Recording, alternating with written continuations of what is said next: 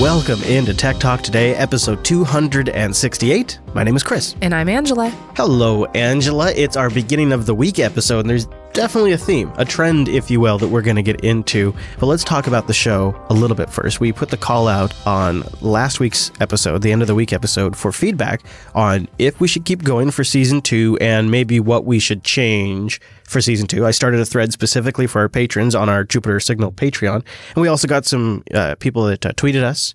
I think a lot of people liked us doing the news, less of the personal stories, more of the news focus, which takes a lot less time for me, so not opposed to that. And people are all around pretty universal thumbs up for season 2. Yeah, definitely. People like the format and hearing the news stories, and it's just, I think it is like a really good complimentary show to the other ones that we have on the network. Yeah, it does sort of fill in the gaps. So I'm not saying we're not doing season 2, because I'm thinking it's in the cards. I don't know if we're doing it immediately. I don't know if maybe we're going to take a break for a little bit and run some user errors in its place, because I only have so much time to edit and produce the shows.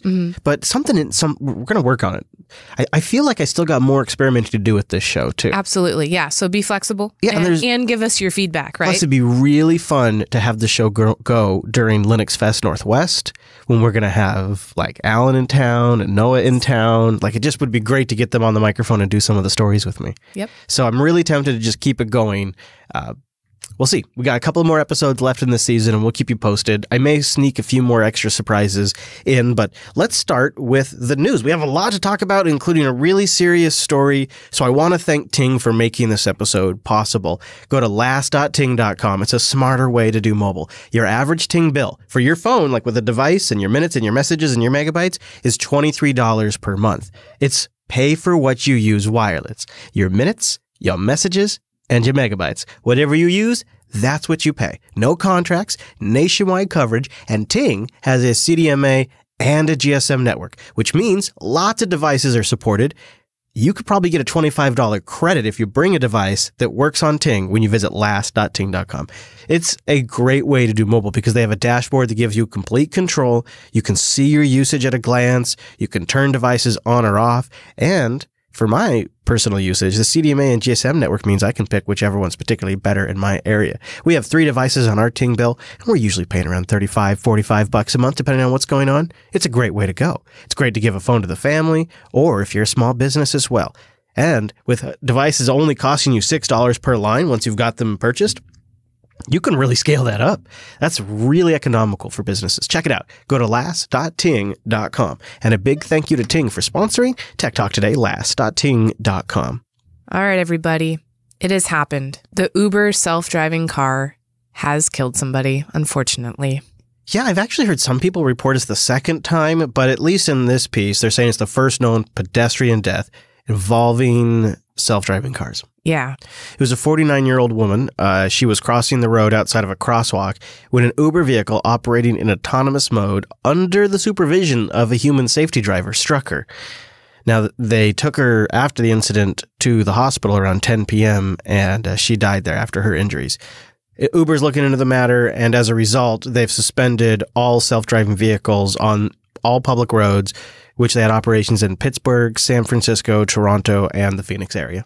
I have to wonder, the article didn't go into detail, obviously, because it's still under investigation, but is it because she was outside the crosswalk? Could the human controller of the autonomous vehicle not see her? Like, what? I'd be really curious to know the parameters. It was probably dark a little bit. Yeah. Well, yeah, of course, but there's going to be an investigation into this, and it may go up the chain quite a bit. This happened just last night as we're recording this episode, so we'll probably over the next couple of days learn more. I suppose if there's anything significant that develops, we can pick it up in our end of the week episode. Sure. And now for the next thing. Google, Amazon, and Facebook. Oh my. Yeah, this is definitely a little less heavy and really an interesting development by Google. It started out as a rumor this morning, and when we were prepping the show, that's how we were tracking it. But now Google's actually confirmed it. Reuters first ran the story reporting that Google is teaming up with Target, Walmart, Home Depot, and Costco for a new project. these companies and other companies that are willing participants are going to index their catalogs on Google, which will show up when you start searching for something. Right. Because right now, if I go to Google and I search, 9 times out of 10, it's an Amazon link that comes up first. Now, they're not saying that these vendors will be replacing the Amazon. It's going to be in its own bar. Well, you've seen it now. You've seen the shopping section on Google now that comes up like in those boxes. Yes. It's going to be part of that program and it'll show up in there.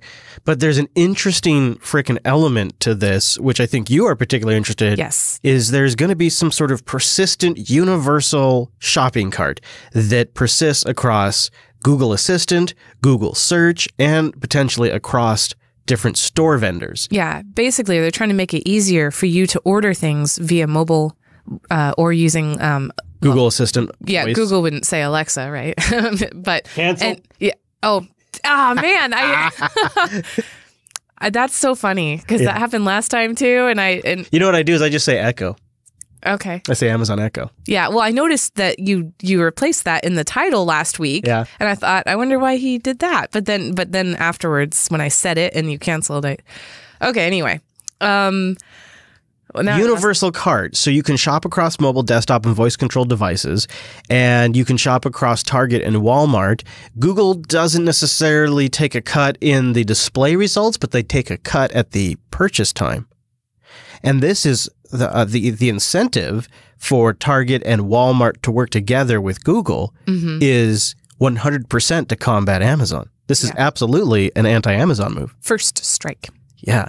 And Google is they got a name for this. They call it shopping actions. Wow. Yeah. I kind of like that. But so instead of taking or having an ad fee for those vendors, Google, like Chris said, is going to take a percentage of it, which feels like skiff.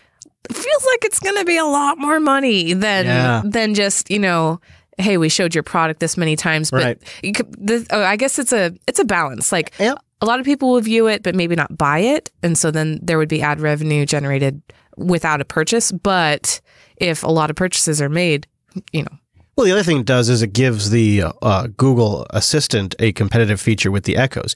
The Echoes, first and foremost, allow you to order products from Amazon.com. Now, the Google Assistants will allow you to order products from lots of retailers, just like you do from the Echo. And now, you can do that on the Assistant. Right. So that's a pretty competitive feature for them. So how come you haven't renamed your Echo? Well, you can only do certain names now. They've limited. Oh, really? Yeah, you used to be able to do any arbitrary name through a hack, but now you can do like Echo, computer, and the A word. And the A word. But I've habituated so much to the A word. Now, isn't the one at the RV called Lady Tubes? No. I when you could, I was doing that, but then they did an update that doesn't let you. Yeah, they took away the fun. You had to hack like the HTML source to make it work of the control page. Interesting. So there's a lot of people talking about Facebook this week. Now Facebook's doing a lot of different stuff. They're launching new gaming SDKs. They are announcing several other things that we're going to talk about, but they're really in the news this week for what is being labeled as a data breach. Have you heard of this? Yes. Cambridge Analytica data breach. The NBC News headline, Cambridge Analytica harvested data from millions of unsuspecting Facebook users. I want to go back a little bit into the story and give you some background on what's going on here. This is all coming out because of a whistleblower. My name is Christopher Wiley. I'm a data scientist, and I helped set up Cambridge Analytica. So he worked at Cambridge Analytica as their director of research. I played a pivotal role in setting up a company that I think has done a lot of harm to the democratic process. So this guy comes out to a news outlet, a UK news outlet called Channel 4 News, and tells them that he feels regret for his role in Cambridge Analytica harvesting data from 500 million Americans. Yeah, I do. I do feel responsible for it. And it's something that I regret. And that's partly why I'm here talking to you, so that I can talk to, so that people can know about what this company does, what this company is. Throughout history, you have examples of grossly unethical experiments. Now, this was used to weaponize political ads, to go after the esoteric personality quirks of individual voters down to the very specific person level. I'm going to go deeper into how it was used in the elections in Unfilter. We'll save that for the Unfilter show, and let's stick with the tech and the data here in Tech Talk. So what happened was Cambridge Analytica essentially got this huge data dump from Facebook using very permissive privileges for their application. And you've seen these kinds of apps on Facebook before that are like, take this personality quiz and find out what celebrity you're most like. Yeah. Well, one of the little things in the fine print is it's also going to suck in all of your friends' data. So 200,000 people, roughly, take these tests, these personality tests. But by these 200,000 individuals, it's believed that Cambridge Analytica was able to get very specific information on up to they went from 200,000 taking the test to getting data on up to 200 million Americans and 500 million people around the world. It's really kind of a sophisticated operation. Then they weaponize this information. We spent almost $1 million doing this. It wasn't some tiny pilot project. It was the core of what Cambridge Analytica became. It allowed us to move into the hearts and minds of American voters in a way that had never been done before. There is a lack of awareness. It is coercive. People, if I am studying you and I have enough information about you because you've curated your entire self online and I capture that, I can anticipate what are your mental vulnerabilities? What cognitive biases might you display in certain situations? He goes on to say that they developed algorithms that could predict your behavior more accurately than some top psychologists could. Wow. That they got really good at it because they were able to combine it with not just the information people share online, like the time they're active, the people that they're around via picture analysis and the people that they tag in their posts, but then you combine that with a data dump from, say, a data broker who monitors credit card transactions and loyalty card usage and coupon usage, and then you tie that with, like we talked about in the last episode, MoviePass, and you start building these super information profiles around people. And they used key Facebook data to pull this off.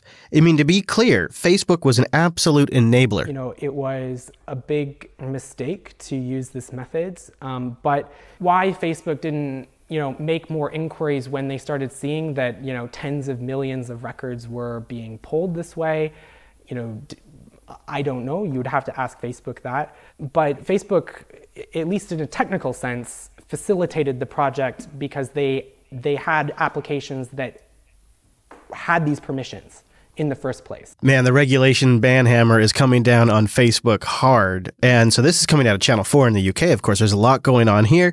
And now all eyes are on Facebook, and not in a good way. Yeah, some data here, a lot of data on about 50 million users got into the hands of a third party, a professor actually who was doing, ostensibly getting access to that data to do an academic study. That data eventually found its way to a consulting firm which did some business for the Trump campaign. So it kind of goes to the issue of really how much control does Facebook really have over its data and its users' data, most notably. And this is just another issue in a long list of data issues. Maybe it wasn't technically a breach, as Facebook is arguing, but it clearly goes to the issue of control of the data, access to the data, and how that data is used. And this is just another issue that Facebook has to deal with. Yeah, it hit Facebook hard today.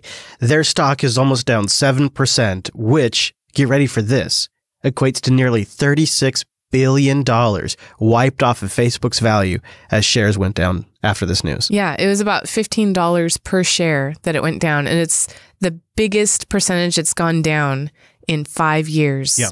You also have a New York professor suing Cambridge Analytica to find out what they know about him. And this is interesting because it came out the same time that Facebook announced it was stopping its dealings with that. Yes. But so he was ready. He was already on it, maybe? Yeah, well, that's probably, Facebook probably knew it was coming behind the scenes. Yeah. Because his lawyer submitted a request to the British court to get information from Cambridge Analytica, and something tells me they probably gave the Facebook folks a heads up when they got that legal notice. Anyways, then you have politicians now who are calling for regulation of Facebook. And Facebook just wants people to focus on the good things. They want people to talk about how they're going to be the new YouTube competitor. They want people saying, Facebook's going to save us from YouTube. Come to Facebook. Don't just promote your content, but actually publish it on Facebook. Stop talking about all this data stuff. And to sort of entice creators, they're going to soon let you subscribe to your favorite creator for $5 a month. Yeah. Which Twitch does too. Makes me eye roll. Like, it's just not a good place. Like, first of all, I know. Like, when Facebook first became a good place to share your content, we made pages, you know, and we had followers. And in the beginning, they all saw our content. Yeah. But over time, maybe like, you know, a 25th. Yeah, they just slowly turn down the dial and then ask you to pay to get it. To get at, like. And it's interesting how they do that. So they're doing the reverse here. So you'll get, so to subscribe, you pay $4.99 a month. And for the beginning, to incentivize the creators, Facebook is not going to take a cut. The creator gets all of that. But you know, at a certain point, just like Apple, just like Google, they're going to take like a 30% cut at some point. Absolutely. Yes. Well, and it's per creator then. It's not like that's how it works on Twitch. One subscription is all. It's per creator. Yeah. So they're competing now with Patreon too. Right. Yes, exactly. However, it honestly, it took Patreon a couple of years to get as streamlined as they are now, and they still have improvements to go. Yeah. So I feel like Facebook is really overreaching at this point. Yeah, but they're trying to strike while the adpocalypse iron is still hot, I think. Sure. And, you know, creators are talking more. There's several YouTubers I follow that are launching Twitch channels because they want to have like a plan B for YouTube. Right. And it would take somebody with a massive infrastructure to compete with YouTube. Yeah. I really don't want it to be YouTube. Or I mean Facebook. I have no interest in JB publishing videos directly to Right. Ugh. Just I mean, at creeps least me out thinking about it. For our network, we don't have a lot of Facebook users, or primarily, you know? Yeah, you actually, and that's a good thing to keep in mind, because I don't think this is actually being really positioned for networks like us or creators like us, because there's a couple of other features that are slipped into this announcement that don't really work for us, but I could see it maybe for like businesses that think they need this stuff. Facebook also announced a special version of its rights management system specifically for creators so they can upload their content and then get alerts if it's pirated. Wow. Yeah, that's a funny concept, to upload something to the internet and then not want it to get wide distribution. Like, what is, you're doing it wrong. Facebook's also going to create a dashboard where advertisers can find creators for branded content projects, which are videos or posts that can be created by an online influencer in exchange for money from a brand or advertiser. So they're really trying to make it come over to Facebook. There's a built-in revenue stream. Come over to Facebook. But everybody knows the big money is in cracking iPhones. And we've talked about the San Bernardino case where there was that, was it Celebrate? Wasn't that the name of the company? Celebrate, the Israeli company? I think so. Yeah, Celebrate.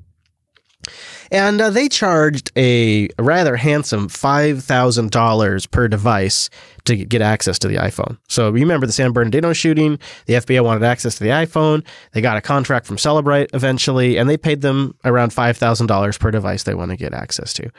But you know what, Ange? That's 2017 chump change, because in 2018, the game's changed. There's now a new device on the market made by a company named Grayshift, and they're based in Atlanta, Georgia. They were founded in 2016, and they're a privately held company with fewer than 50 employees, but yet they have a device that's worth $15,000. Ooh. According to Forbes, the Gray Key iPhone unlocker device is marketed for in-house use at law enforcement offices or labs.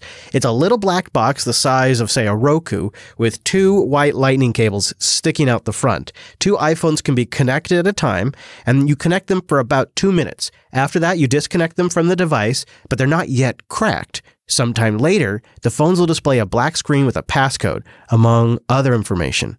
The exact length of time varies, taking about 2 hours when they were observed by the author over at Forbes. But if you have a long, complicated, like 6-digit passcode or even longer, it can take 3 to 6 days or maybe even longer. Grayshift doesn't say how long for, say, like a long passphrase. But what it's doing is it's installing malware in the background that's taking advantage of some flaw in iOS or something and cracking the password. And then it comes up with a screen and just gives you the passcode to unlock the phone. After the device is unlocked, you can get all access to the file system contents because they're protected via the the key. Wow. The device itself comes into... Oh, go ahead. Sorry. So what is Apple doing about this? Well, that's a good question. We have not yet seen a response. That's what's funny, because they're going to try to fix it. Mm-hmm. Think about the fact that this is going to be a limited time flaw when you hear these prices, right?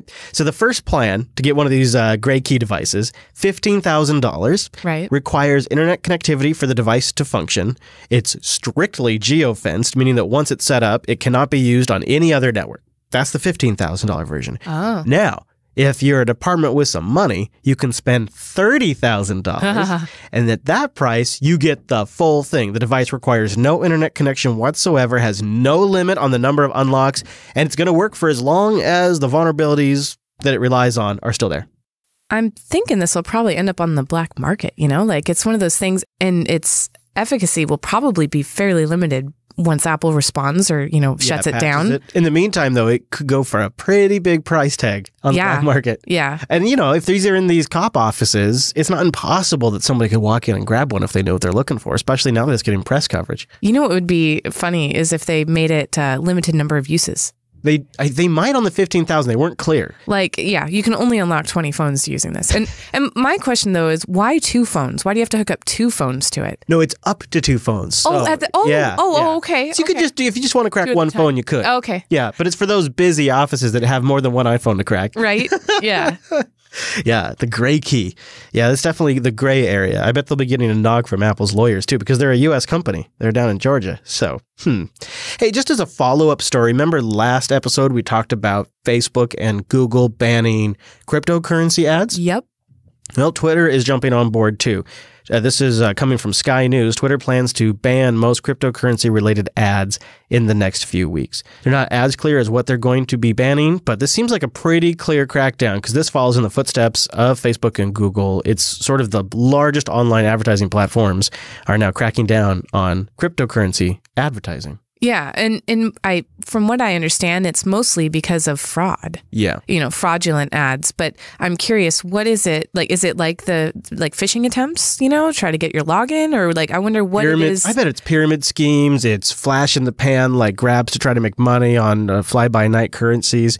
Everybody knows that only podcast ads are truly effective anyway. Right. You know what they always say, when Twitter, Google, and now Facebook close a door, podcasts open a window. Isn't that what they say? Yeah. I think that's what they say. Next week we'll be sponsored by cryptocurrency. Yeah, right. There actually is a news guy named Ben Swan who was on a CBS affiliate and got fired for talking about things they didn't want him talking about. He went off the air for about a year and then came back sponsored by a cryptocurrency. Wow. And now he's doing a new show sponsored by Dash.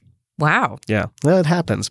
Andrews, is there any wisdom, where people can find you or follow the network throughout the week that you'd like to leave people with as we get out of here? Of course. I am on Twitter at ANGERZ. And the network is at Jupiter Signal. I'm at Chris LAS. And check out the links to everything we talked about today. Go to techtalk.today/268. And don't forget to check out the Instagram. It's instagram.com/Jupiter Broadcasting. You maniac. And of course, Tech Talk Today will be back later on in the week. You can get every single episode, techtalk.today/subscribe. Until next time.